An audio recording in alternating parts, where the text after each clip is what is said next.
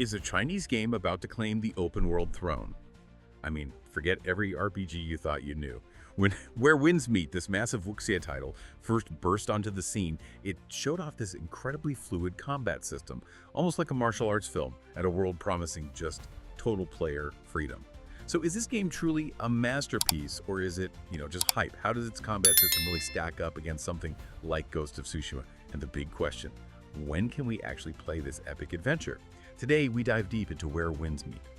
Hello and welcome to the Deep Dive. Before we get started, please remember to hit follow, like, and share. Yeah, the buzz is incredible. You're absolutely right. This game, WWM, everyone's talking about it, scrutinizing every detail, especially since that first reveal. We've got trailers, developer interviews, and really importantly, we have performance info and actual gameplay analysis coming out of its run in the Chinese market, which has been going for a while now. So our mission today, it's pretty straightforward. We need to dig into all that source material, really analyze the mechanics behind those big marketing claims, and figure out, does WWM genuinely live up to this promise? Is it a potential new global standard for action RPGs, or has the hype just, gotten ahead of the reality? Okay, let's definitely unpack this, because it feels like we're dealing with a game trying to juggle three huge, maybe even conflicting promises. You've got this massive, dense world. Then there's a super sophisticated, skill-based combat system. And on top of that, a sustainable, fair, free-to-play model. That last one is always tricky. So let's kick things off with the foundation of all this hype, the setting, the sheer scale, and that critical F2P structure. I think maybe the biggest initial hook, especially for Western players who might be a bit tired of the usual high fantasy stuff, elves and dragons, is the genre itself. We're diving straight into Wuxia. Yeah, and that distinction is really, really important. Wuxia often gets mixed up with Xiangxia. Xiangxia is more about immortal cultivation, godlike powers, very high fantasy. Wuxia, though, it's grounded in a specific Chinese tradition. It's about martial heroes. It's the Wu and chivalry, the world they live in, the Miskisia. Think masters of martial arts operating kind of outside the normal rules of imperial law, usually focused on justice, personal honor, that sort of thing. Right, and it's not just some generic martial arts backdrop either. Yeah. They've really rooted this world in history, a very specific, very chaotic moment. The 5 dynasties and 10 kingdoms period. Yeah. 10th century China. Precisely. That era, it came right after the Tang dynasty collapsed. It was basically a century of nonstop political chaos, fragmentation, conflict everywhere. It's honestly the perfect historical setting for a Wuxia story. It explains why you'd have wandering heroes, competing warlords, secret societies, martial sects popping up all over the place. And when you look at the world, the visuals, it's deliberately designed to capture that high-flying drama, the energy you see in classic martial arts films. Think the visual beauty of Hero mixed with the incredible fight choreography of Crouching Tiger, Hidden Dragon. And that whole aesthetic, it translates into a world that sounds massive in scale. We're hearing numbers like over 20 meticulously designed regions. Yeah. What does that actually mean for someone exploring? So the sources are citing a playable map size around 20 square kilometers. Now, okay, 20 square kilometers might not sound gigantic compared to, say, GTA V or something. But the key word here, I think, is density. This space is reportedly packed. It's not just empty fields you run across to get to the next quest marker. You're moving from the imperial capital, Kaifeng, which sounds like a major hub for the main conspiracy plot, all the way to these serene green plains like Qingye. Or you might be investigating really mysterious, kind of shadowy places like the Ghostly Market. And the sources keep emphasizing excellent visuals, stunning world, built on Unreal Engine 5. But how does that density show up beyond just looking pretty? Well, the idea is that the world feels like a living thing. It's supposedly filled with thousands of points of interest, and that depth is what supports this enormous amount of content they're promising. For players who are mainly interested in the story, the solo narrative mode alone is estimated to be over 150 hours. Wow, 150 hours just for the solo story. Yeah, it's a staggering amount. That makes it a true meaty action RPG even before you touch any of the online stuff. Okay, and this is where the narrative design sounds really interesting, because it seems to tackle that common open-world problem of repetitive storytelling. They're using an overt storyline and a hidden storyline. Correct. The overt storyline is, your main character's journey. It's designed to be accessible, pull you in. It apparently starts with something personal in this King region. Maybe a really important jade pendant gets stolen, something like that. But it quickly spirals into this much bigger political and criminal conspiracy focused around something called the gold-making vessel in the capital, Kaifeng. Hold on, let's pause there. The gold-making vessel. Yeah. What exactly is that supposed to be? Well, from what the sources suggest, this vessel isn't just like a pot of gold. It seems to be more like a blueprint, or maybe even some kind of magical artifact, something that could generate immense wealth or maybe power, enough to completely destabilize the region's already shaky political balance. It's basically the MacGuffin driving the main plot. Everyone wants imperial actions, rival martial arts sects, shadowy figures. It gives the main quest these really high stakes, you know. Makes sense. And then contrasting that, you have the hidden storyline, which sounds like it really demands you engage with the world, almost like proper role-playing. It really does. It seems to move away from just chasing icons on a map. The hidden storyline is something you piece together yourself. Through fragmented bits of narrative, subtle clues scattered around, you might overhear a critical piece of lore about the vessel's real purpose from some random NPCs chatting in the ghostly market. Or maybe you find an old book in a dusty corner and have to figure out how to translate it. This system basically encourages you to be a detective in this world, actively hunting for information that actually influences the bigger picture, the main conspiracy. That's a really cool way to reward just being curious, exploring off the beaten path. Okay, let's shift to how you actually enter this world. The customization sounds deep, even letting you upload a photo. But the identity choice seems key. Absolutely. That initial choice, deciding to start as a doctor or maybe a ferryman or an innkeeper, it's not just flavor text. It actually defines your starting skills and how you initially interact with the world. If you start as a doctor, boom, you've got healing skills right away. Super useful in co-op. Start as a ferryman, maybe you know more about river travel, get better prices trading along waterways. It gives immediate weight to your character's background, and it feeds directly into this much talked about career system later on. Okay, so all this ambition, the huge scale, the narrative depth, the freedom usually that comes with a hefty price tag, or worse, a really predatory monetization scheme. But WWM is confirmed free to play, which honestly immediately makes you raise an eyebrow, right? Oh, absolutely. Intense skepticism is the natural reaction. Players have been burned so many times by F2P games that are secretly pay to win, but this seems to be one of WWM's strongest and maybe most verified selling points. The sources we have, and critically the validation from players on the Chinese servers where it's been live for a while, they all confirm the game is not P2W. Okay, but what specifically backs that up? How are they making money if they're not selling power boosts or essential gear? The revenue generation seems almost entirely focused on cosmetics, things like clothing, cool mounts, decorations for player housing, and these decorative gacha boxes. Now, these gacha boxes might contain, say, high-tier cosmetic items or maybe some optional upgrade materials. But here's the crucial part. No item needed for core progression, no weapon, no essential skill is locked behind a paywall. So if I want that awesome Shadow Step move or the best set of dual blades, I earn them by playing the game. You earn them through quests, leveling up, crafting, using in-game currency you find. While yes, you can buy cosmetic gear and some optional upgrade stuff with real money, or with the main in-game currency, Echo Jade, the key is that there's parity. You can get the important stuff just by playing. It really seems like Everstone is betting players will want to pay to look amazing, leveraging that Unreal Engine 5 visual power to sell really cool Wuxia fashion rather than forcing you to buy power just to compete. And honestly, that approach feels pretty refreshing, and it's definitely boosted confidence globally. Yeah, it sounds like they're genuinely trying to fill that MMO-starved gap by offering real quality without the financial toxicity we sometimes see.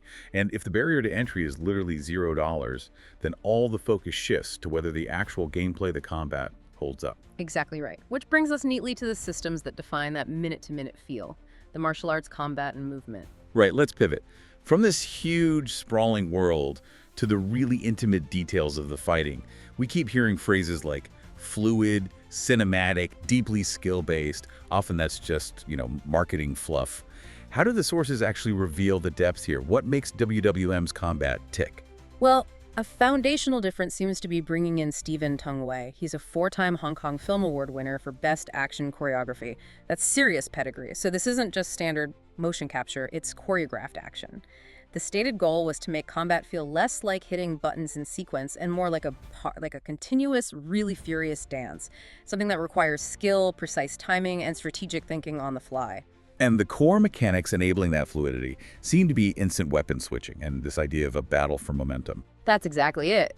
Combat apparently moves incredibly fast. Being able to instantly swap between two equipped weapon sets lets you weave together attacks mid-combo. So for example, you might use the long reach of a spear to keep a crowd back, then instantly switch to dual blades for a quick burst of elemental damage on one specific enemy, and then maybe transition smoothly into a sword stance to land a critical parry against a big incoming attack. Okay, that sounds potentially really powerful, maybe even resource intensive. Yeah. Is there something stopping players from just spamming their best moves constantly? Oh, absolutely. And this is where those layered skill systems become crucial. Combat is definitely constrained by resource management. Primarily, it seems, by your chi, or maybe a focus meter. Your basic martial arts skills, the ones tied directly to your current weapon, those are your standard attack chains. But the more powerful stuff, especially those flashy mystic arts we'll get to, they cost significant resources. So if you burn through all your chi trying to pull off some super complex combo, you're suddenly left wide open. You're forced to play defensively, rely on basic attacks, or just retreat until that resource builds back up. It forces tactical decisions. Got it. Let's break down that martial arsenal then. 7+ weapon types, each with a defined role that suggests a pretty deep meta from the get-go. Yeah, let's start with the ones that seem more utility-focused. The sword, for instance. It's presented as the classic precision tool, really focused on defensive play, parries, counterattacks. If you specialize in swords, you're likely looking for openings, using skills like Shadow Step to create space, then punishing mistakes with high damage counters. Okay, and for players who prefer controlling the battlefield, keeping enemies grouped up or at bay. Then you're probably looking at spears and glaives. Spears offer great range and versatility, apparently really good for handling groups, area of effect attacks. Glaives seem to be the heavy hitters, also long range but focused on delivering big, heavy damage. Reports suggest they're essential for breaking through the armor of tougher elite enemies and doing sustained damage to single targets. What about the more aggressive, maybe faster options? You mentioned dual blades focusing on elemental stuff. Right, the dual blades. They sound like the quintessential high-risk, high-reward weapon. Lightning-fast attacks, specializing in applying elemental status effects like burns or chills, and stacking up critical hit damage. Individually, each hit might not do a ton of damage, but they get their power from skills like Malevolent Mark, which apparently flags an enemy to take massive burst damage later, and maybe Bitter Fate, which sounds like a big finisher move for their combos. Early beta feedback hinted that dual blades, especially when combined with high mobility, could be really strong in PvP because of that burst potential. That really makes the weapon choice feel meaningful, doesn't it? Based on whether you want control, burst damage, or defense. But the really unique Wuxia flavor comes from things like fans, umbrellas, and the rope dart. Ah, yes. These are the ones that really lift the system beyond your typical medieval fantasy setup. Fans and umbrellas seem to function primarily as support or defensive tools. They offer ranged attacks and maybe unique blocking or protective stances. The rope dart, though, that sounds like the philosophical heart of Wuxia combat in this game. Its use is all about flexibility, cunning, that idea of using softness to conquer hardness. Mechanically, the rope dart is reportedly a key tool for applying really useful debuffs, like maybe an exposed weakness effect. That would make it super valuable for weakening big bosses in co-op fights. Okay, so we have the weapon-specific martial arts, then you layer on internal arts and mystic arts. This sounds like the kind of complexity players who really dig deep into combat systems crave. Exactly. Internal arts are like the passive layer. They enhance your martial prowess or unlock specific combat styles, and crucially, they seem to unlock stances. So for example, there might be a universal steadfast stance for defense, but maybe a really powerful thunderous bloom stance requires you to have equipped a specific internal art and be using a fan or umbrella. These stances apparently fundamentally alter your weapon's moveset, meaning you'll need to invest skill points carefully to optimize them. It allows for really personalized character builds. And the mystic arts, these are the really spectacular, almost supernatural techniques, right? The 40+ skills that also have utility uses. They are definitely the peak Wuxia fantasy fulfillment. They're multi-purpose. You use them for huge combat finishers, but also for critical movement abilities, solving environmental puzzles, maybe even manipulating the elements. Examples thrown around include things like Tai Chi principles for redirecting attacks back at opponents, maybe calling down lightning or something similar, or even mastering really esoteric, almost legendary skills like the lion's roar sonic attack or the maybe slightly comical but powerful toad style. And apparently, you often earn these not just by leveling up, but through discovery, finding hidden masters, exploring secret locations, solving riddles. That sounds like it ties back perfectly to that hidden storyline concept. If I figure out a puzzle using a mystic art, it reinforces that feeling of power and discovery. Precisely. It connects narrative exploration directly to your combat capabilities. And underpinning all of this, the foundation for all the dynamic movement in combat and exploration is the Wuxia movement system, Qinggong. Ah, the lightness skill. That's the signature movement style you always see in Wuxia films. And in WWM, it sounds like Qinggong is seamless. It's not just a button you press to run faster or jump higher, it's an integrated tactical tool. Players can sprint at incredible speeds, run straight up walls, glide through the air gracefully, and chain together parkour moves, vaulting over things, mantling up ledges, all with this really cinematic flair. Okay, but how is it used tactically in a fight? Is just for getting around? No, like the powerful mystic arts, Qinggong abilities seem tied to your chi or stamina resource. This means using it for tactical retreats, quickly repositioning yourself, using verticality like wall running during a boss fight to dodge a big ground slam. All that costs resources. You have to manage it. It forces you to balance your offensive output with your defensive movement and escape options. It means that, yeah, you look like an awesome cinematic hero, but you can't just fly around endlessly without consequence.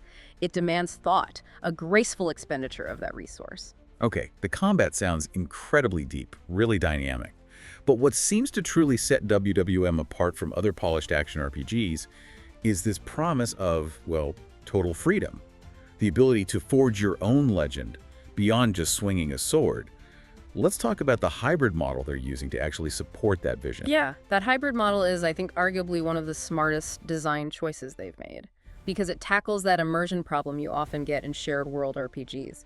It basically caters to two different types of players, or maybe two different moods, using the same character you've built. Right, you've got the dedicated story mode, and then the shared Jianghu mode. Exactly. The solo co-op story mode is that focused, narrative-heavy, 150-hour-plus experience. You can play it entirely alone or apparently seamlessly with up to 4 friends. That's where you really dive deep into the reactive narrative, the gold-making vessel plot, without worrying about random players running around breaking your immersion. And then the MMO light mode, the Jianghu. That's where the persistent social stuff happens. That's the shared online space that evolves over time. This is where you find all the typical MMO structures. You've got sects, which are basically guilds, guild wars, different kinds of PvP battles, 1v1 duels, 5v5 arenas, even large-scale 30v30 clashes, multiplayer dungeons, epic raids against huge bosses, social hubs with mini-games. By keeping the really lore-heavy, single-player-focused story separate from the high-stakes social endgame, they kind of protect the integrity of your personal hero's journey while still offering that robust social playground. The MMO bits feel supplementary, not forced on you if you just want the story. That actually manages expectations really well, doesn't it? If I just want to be a lone wolf martial artist, I stick to the story mode. If I want to test my skills against others or join a big group, I jump into the Jianghu. And within that Jianghu, the devs are making this bold promise. No rules, no restrictions, only freedom, driven largely by this career system. Yeah, this is where the game seems to push beyond just being an ARPG and gets into genuine role-playing territory. You can actually specialize in non-combat professions, live out different lives within this world. That initial choice you make, doctor, ferryman, innkeeper, that's just the starting point.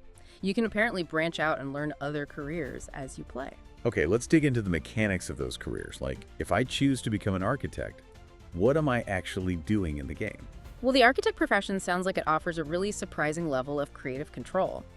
Sources confirm the system is robust. You gather resources, you design things, and you can build huge custom structures. It goes way beyond just decorating a small instanced house. There was this anecdote from the Chinese beta where a player apparently managed to recreate the entire Hogwarts castle.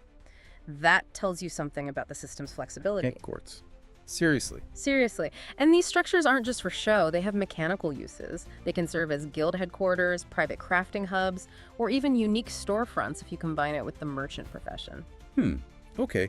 But that level of creative freedom, building Hogwarts, doesn't that risk creating weird anachronisms or breaking the historical feel of 10th century China?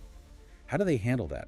That's a really good question. And the solution seems to lie in that separation of modes again. While the narrative story mode is kept tightly focused on that 10th century setting and atmosphere, the Jianghu mode is positioned more as this mythologized, evolving shared space.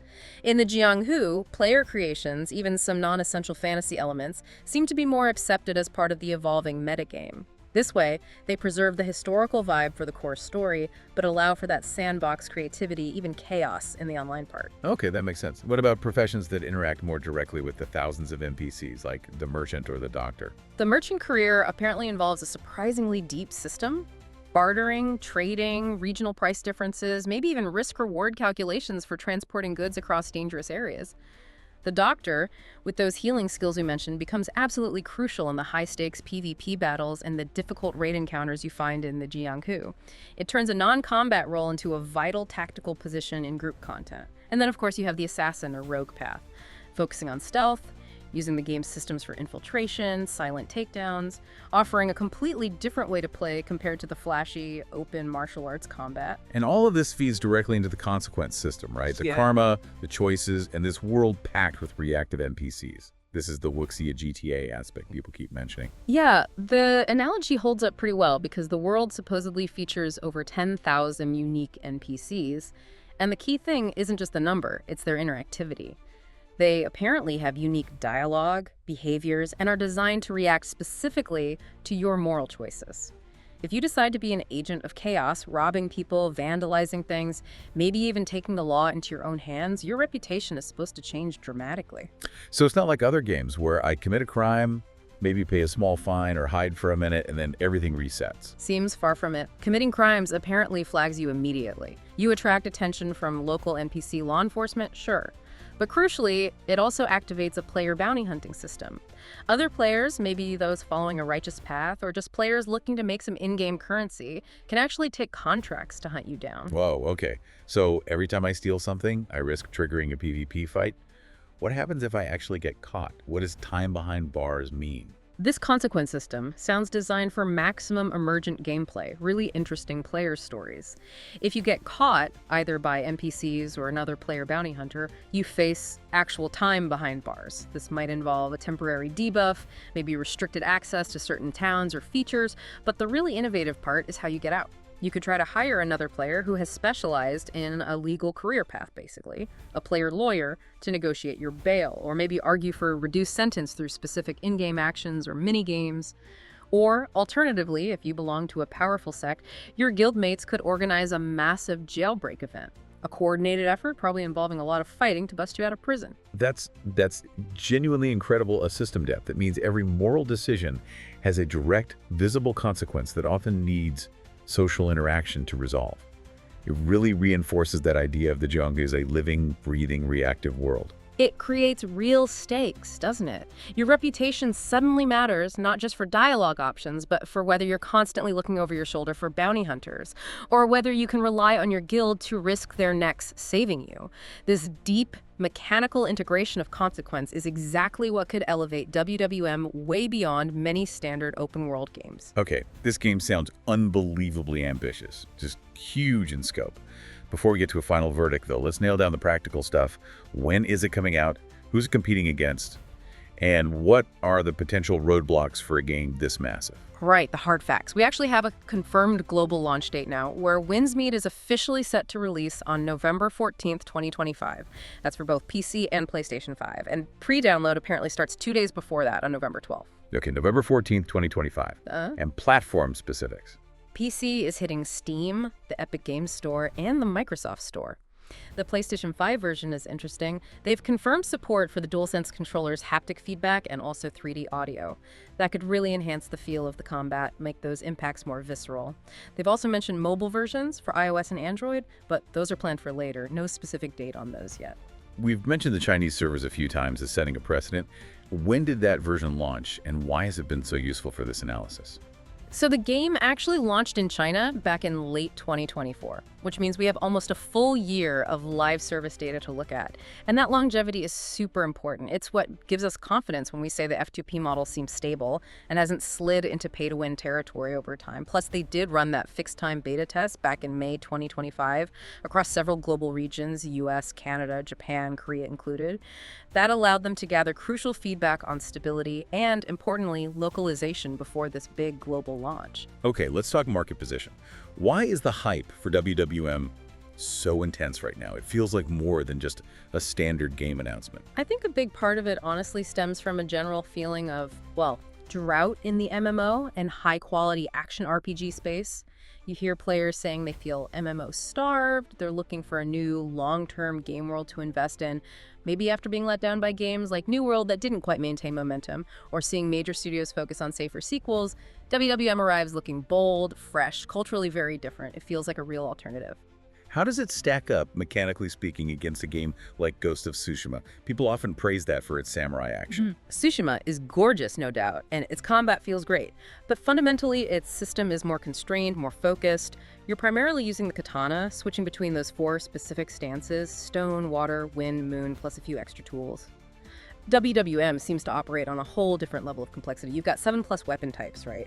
And then those 3 layers of skills: martial arts, internal arts, mystic arts. That offers potentially infinite more build variety and strategic depth. You're not just changing how you attack, changing weapons and skills changes your entire damage type, your utility, your resource use. Tsushima nails that stylized historical fantasy feel. WWM is aiming for deep, systemic, mythologized Wuxia complexity. And what about its contemporary competitor in that East Asian setting space, Assassin's Creed? Shadows, also landing in 2025.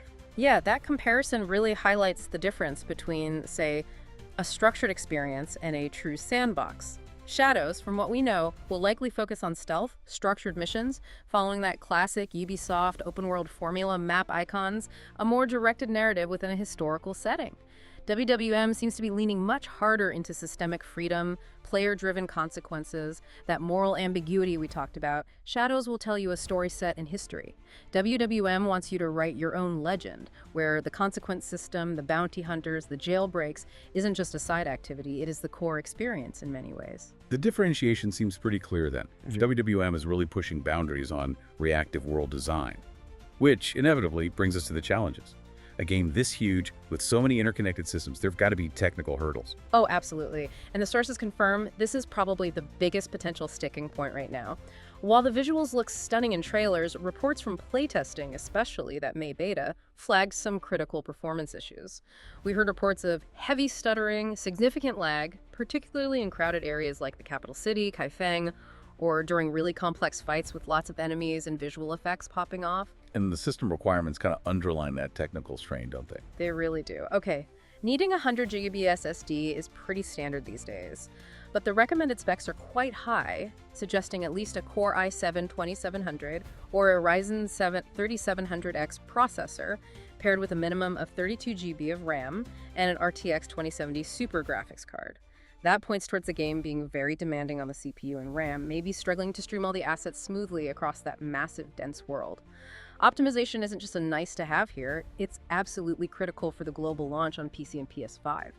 If that reported stuttering isn't fixed, it instantly kills that promise of fluid combat. What about the cultural transition?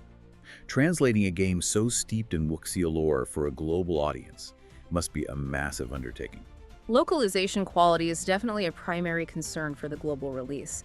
And it's not just about getting the English, Japanese, or Korean translations grammatically correct. It's about accurately conveying the philosophical ideas, the cultural nuances that are baked into Wuxia.